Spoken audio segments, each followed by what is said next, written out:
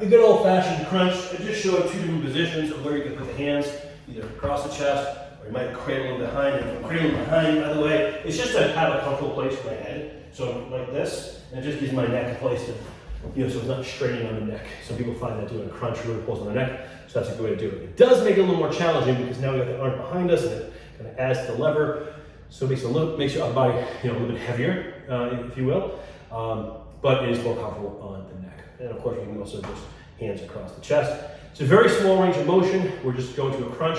What the upper abdominals can do before we bring the hip flexors into a sit-up, we're just doing the crunching portion, okay? Really want to focus on breathing and what's happening in the lower back. As you are crunching, going into the crunch, you should be pushing the lower back into the ground, okay? So that we're really just, let me show you.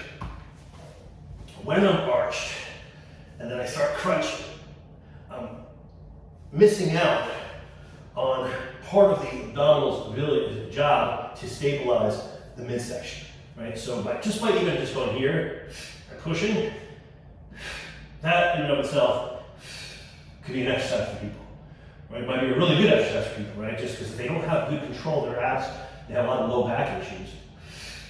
Just doing that, getting low back to push down, crunch the abs, works really well. Now, we add the regular crunch to it,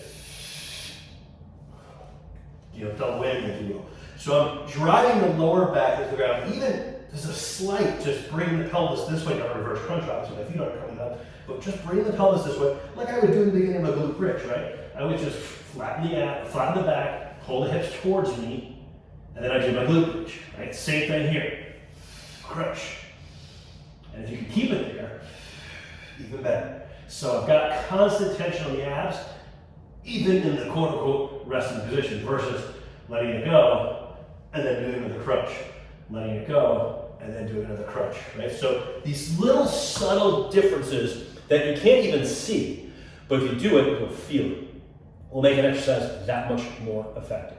So in the rare cases when we actually do movement-based exercises for the abdominals, crunches, reverse crunches, knee ups, things of that nature, versus doing more stability exercises like anti-rotation, anti-flexion, those types of exercises, let's make sure we put in some of those little tweaks to make it even better.